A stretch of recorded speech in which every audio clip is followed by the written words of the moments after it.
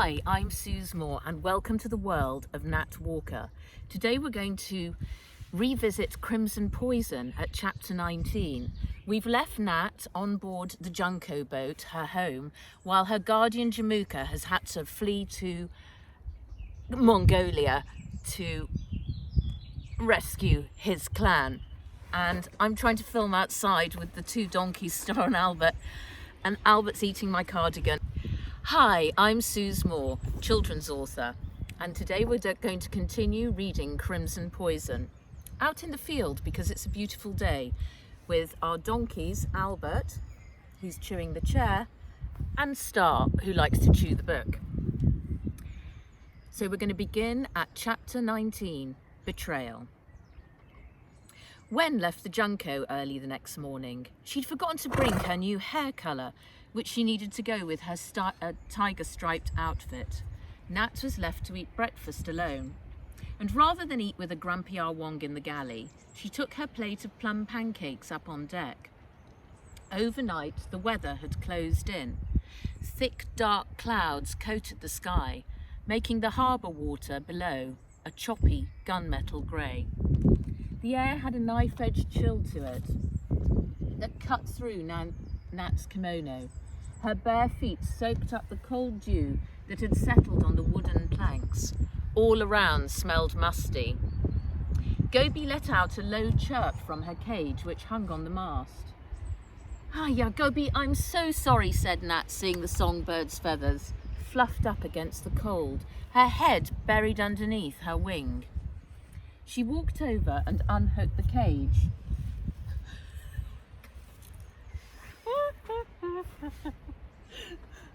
We're going to have to pause. I think we might have to take this inside. Phew, back inside.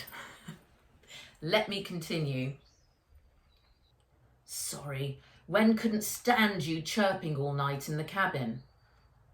She shivered. Fat droplets of rain started to fall. Let's head back to bed. Even with the porthole closed, it was cold.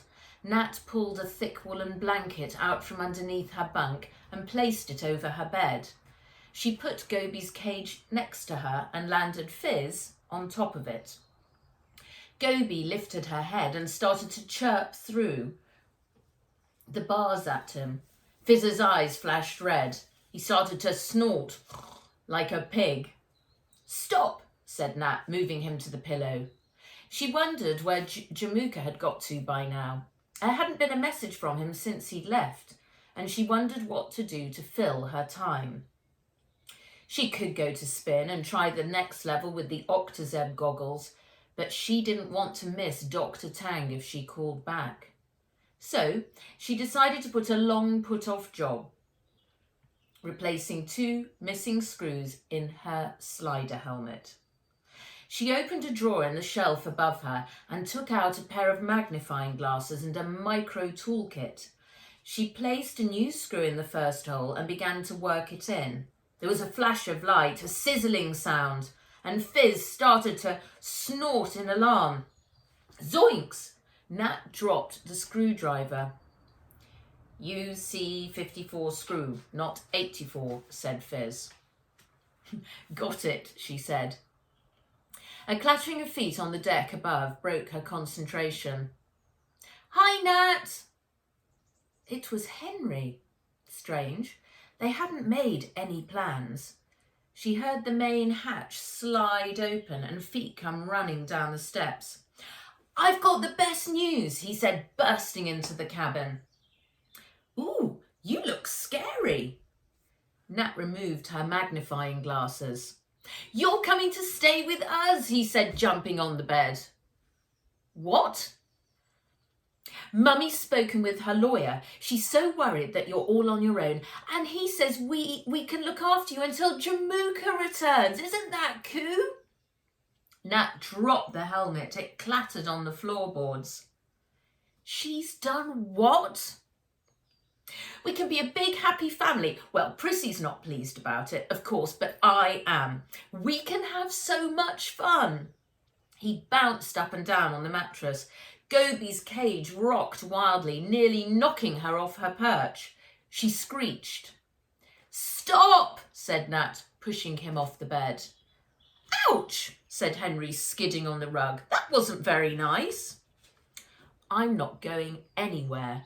This is my home and our Wong's here. Mummy says it's great that Daddy and her are your family guardians so they can help you and you won't be alone. Nat leapt off the bed. Where is she? Henry shrugged. I don't know. She followed me up the gangplank. Nat grabbed Fizz and marched down the corridor. She could hear voices in the galley. Walking in, she found Aunt Vera handing over a large brown envelope to Ah Wong. Ah Wong's normally miserable face had cracked into a crooked smile. What's going on? Said Nat.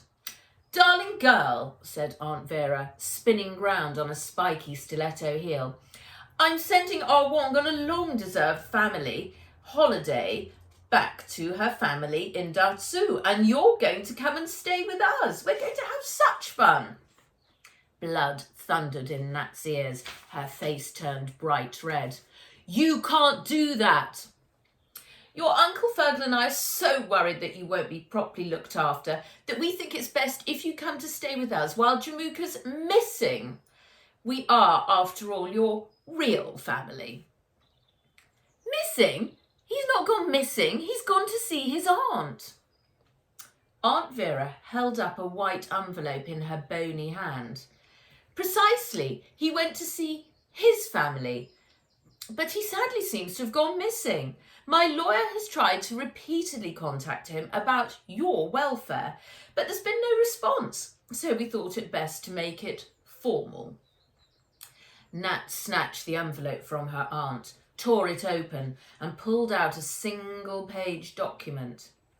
It was a Hong Kong court filing paper bearing today's date and a time of 8:30 a.m. She scanned it quickly, tears blurring the words. She slammed the paper on the galley kitchen table. Ah Wong and Aunt Vera jumped in surprise. How dare you, she screamed. How dare you do this to me? Fizz's eyes flashed red and smoke started to spurt out of his nostrils right into Aunt Vera's face. Stop that now, she said, wafting the air with her hand. But Fizz didn't.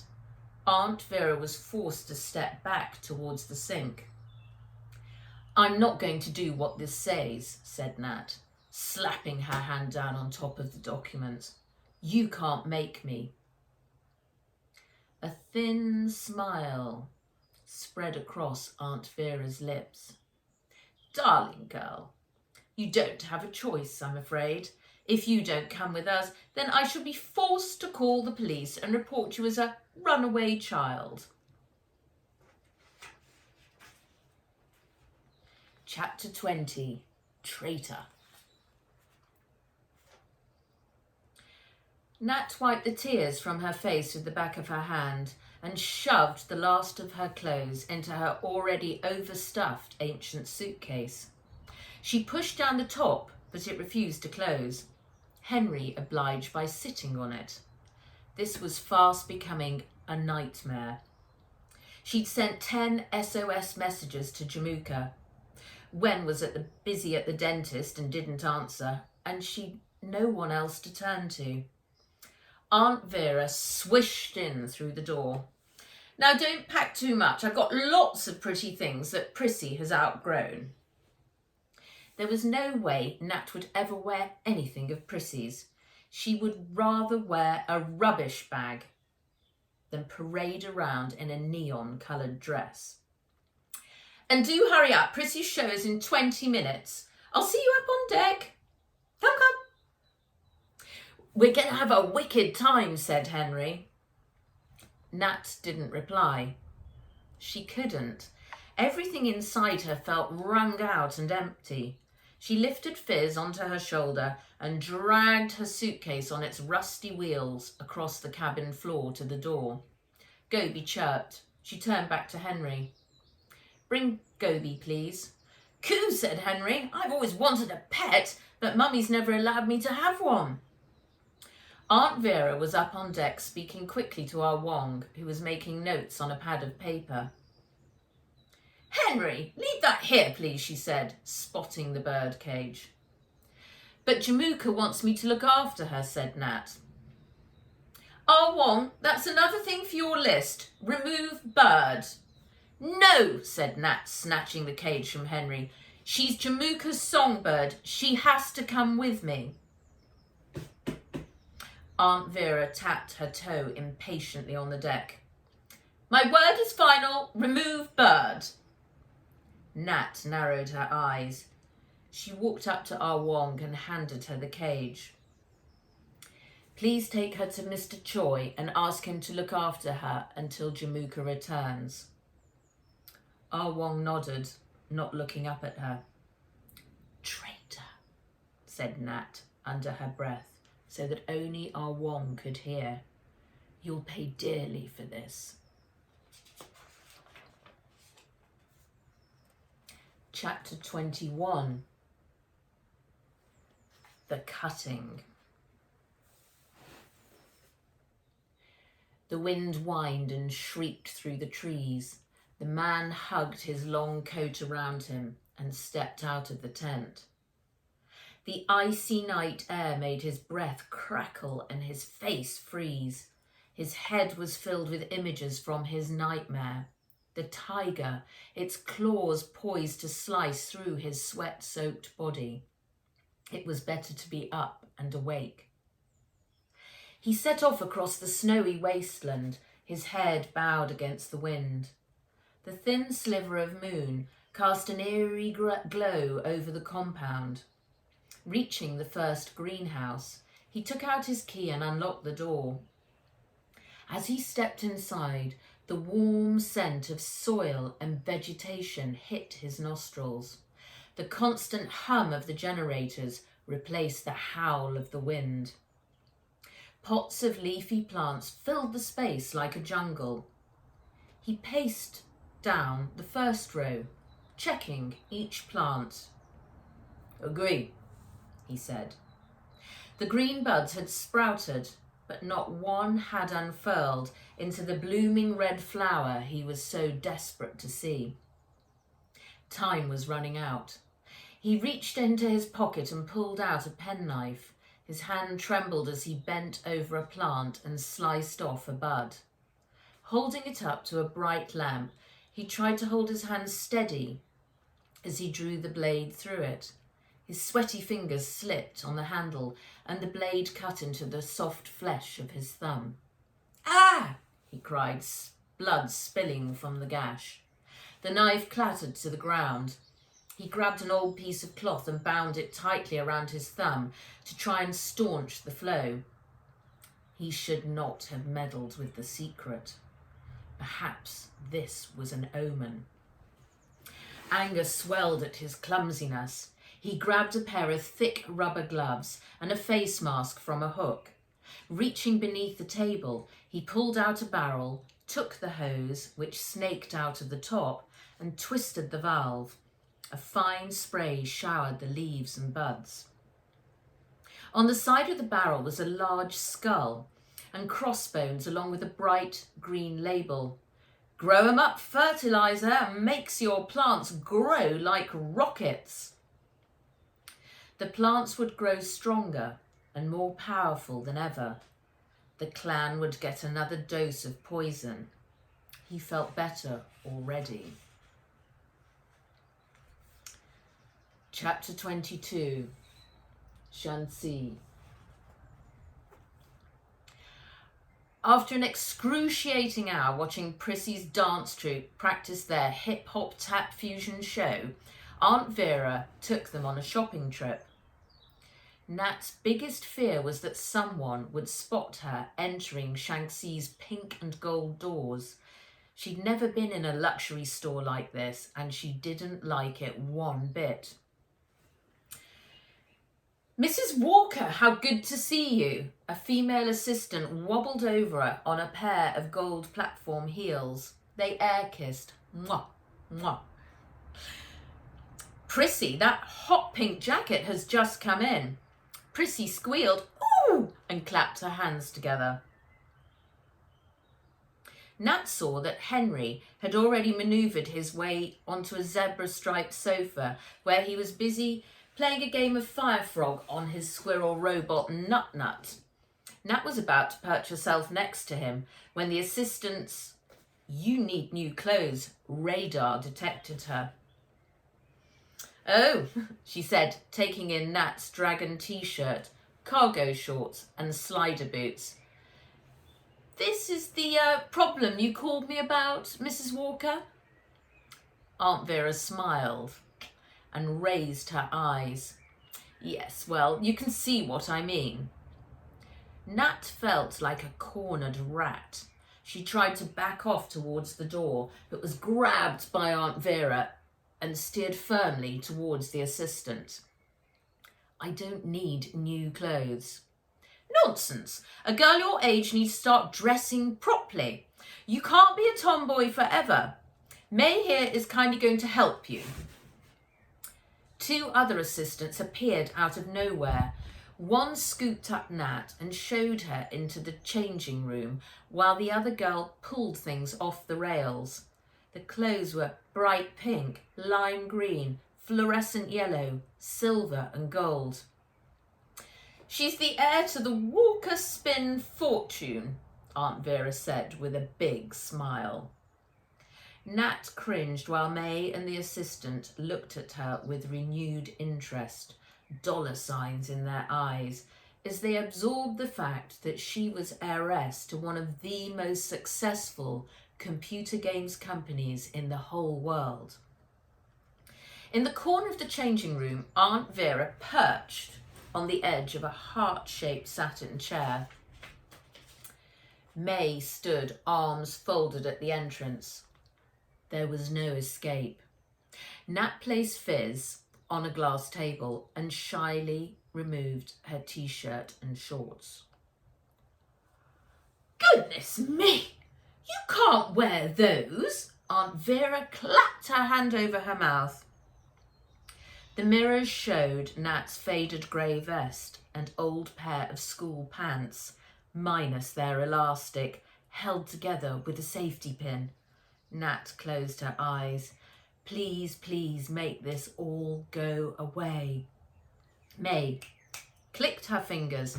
The assistant popped her head around the door. "Does she want to try it in the citrus?" she asked, while Aunt Vera fanned herself with the latest clothes brochure.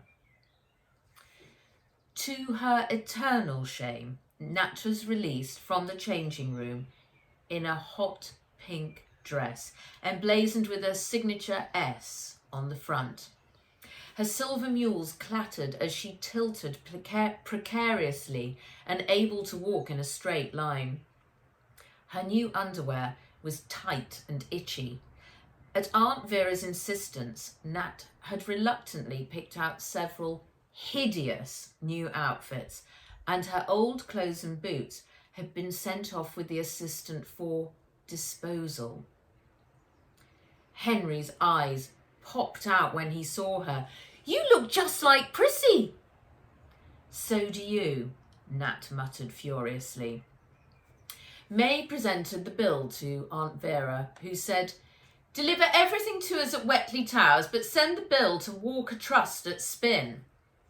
She grabbed a very expensive jewelled purse off the table and handed it to May. "I'll take this too. It will go with everything." Nat gulped. Her new wardrobe, Prissy's new shoes and clothes, and Aunt Vera's new bag would add up to a small fortune. She opened her mouth to say something, but realised it was useless. Wait until she told Jamuka. Chapter 23. Kimono. By the time they reached Wetley Towers, it was late. Aunt Vera was in a panic because she had 6 coming for supper. Ming was already in the kitchen boiling up a vat of rice for Aunt Vera's chicken 21. Nat kicked off her mules and ran along the marble hallway to her room. The lampshade in the guest room was mauve, the carpet lilac, the walls aubergine, and the bed cover violet. It was like a purple padded cell. She knelt on the floor and opened her suitcase. Her stomach lurched. She gasped in horror. All the clothes she had packed were gone. Only her sponge bag remained, and the star jar. She leapt up and opened the wardrobe door. It was empty except for a purple dressing gown. She pulled open every drawer. The entire chest of drawers was empty. In a split second, she was in the brightly lit turquoise dining room where Aunt Vera was supervising Ming as she laid the table. "Where are my clothes?" she demanded. What have you done with them?" Aunt Vera looked up disapprovingly. "Nat, I insist you keep your voice down. I asked Ming to remove them, so there's room for your new wardrobe." "You did what?" Nat's voice was shrill and shaky. "It's for the best. You have to grow up." Nat's eyes narrowed. "Give them back now, please." She forced the words out. "You have no right." "I will not be spoken to like that," said Aunt Vera. By now, both Henry and Prissy were standing in the doorway. "You are staying under my roof and I am your guardian." Nat clenched her fists together. "Temporary guardian." "That means you will expect, respect and obey my wishes." Nat took a deep breath. "Please, Aunt Vera, where are my things?" Aunt Vera looked at Ming. "Would you like to explain?" Ming did not look at Nat as she spoke. She kept her eyes fixed on the dining room table. She spoke quickly, the words darting out like poisoned needles. "I put them down the chute to the incinerator, like Mrs. Walker said." Nat felt faint. She grabbed hold of the back of the chair for support. For a moment she was speechless. "How could you do that? My mother's kimono was in there. Did you burn that as well?" Ming shrugged. "Mrs. Walker said everything." Silence hung hot and heavy in the room. Nat glared at Aunt Vera. "I will never, ever forgive you for this." Chapter 24. Supper for 6. Nat refused to eat supper. She stayed in her room. The purple swags above the four-poster bed billowed in the breezy air conditioning. It was late now, and she could hear laughter as Aunt Vera's supper party moved into full swing. Uncle Fergal was telling a terrible joke about a dog and a tree. A chair scraped back from the table. "Time for a brandy snifter, I think," said Uncle Fergal. Nat heard his heavy footsteps in the hallway as he headed to the kitchen. There was a lull in the conversation. "So Vera, how long is your niece staying with you?" came a woman's voice. "With Jamuka gone, I think she'll be here some time." Nat put her ear to the door. "How kind of you to take her in." "Just in time." Aunt Vera sounded smug. "She needs her real family around her. She has no female influence in her life at all. Can you imagine? You know, of course, that she lost her parents at a horribly young age." "A car accident, wasn't it?" "Plane. They were on their way back from a conference in Taiwan when a freak electrical storm broke out. The tail of the spin jet was struck by lightning. The plane went down. There were no survivors." Aunt Vera paused for effect. It was evidently a story she had told many times before. She waited for everybody to gasp. "They'd nearly taken Nat with them, but it was such a quick day trip they left her at home. Imagine imagine, oh, just imagine if she had been with them too. Nat thought how pleased Aunt Vera would have been if she'd been on the plane. She and Uncle Fergal would then have stood to inherit the entire Spin Empire. How wonderful for her to have some proper mothering, Vera, said the woman. Oh, I have my work cut out for me. She can be difficult, you know. I think she's been a little too indulged. Nat felt like opening the door and marching in to set the record straight. But she was beaten to it by Uncle Fergal, who clomped back down the hallway with his prized bottle of brandy. A tipple of my finest for everyone, he said, landing it with a clang on the glass-topped table. There was a murmur of consent, and the conversation turned to the latest gossip at the country club. Nat had never felt more alone or powerless. Being under Aunt Vera's roof was even worse than she could have ever imagined. Incoming call from Wen, announced Viz. Take it. His wings spread, and there on screen was Wen, bouncing up and down with very loud rock music playing in the background. One moment her head was visible, and next it was her shirt.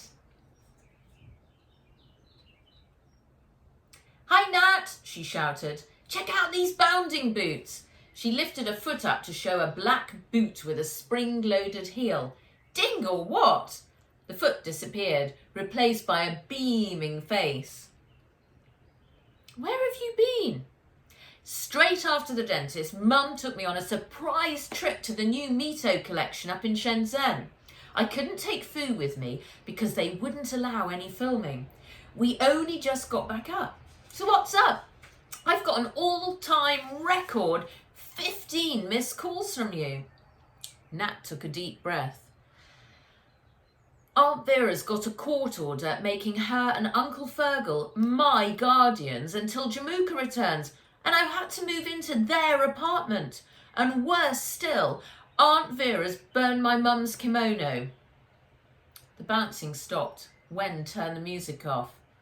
Hey, yeah, that witch! I'm coming straight over to jump on her in my boots. Tell me everything.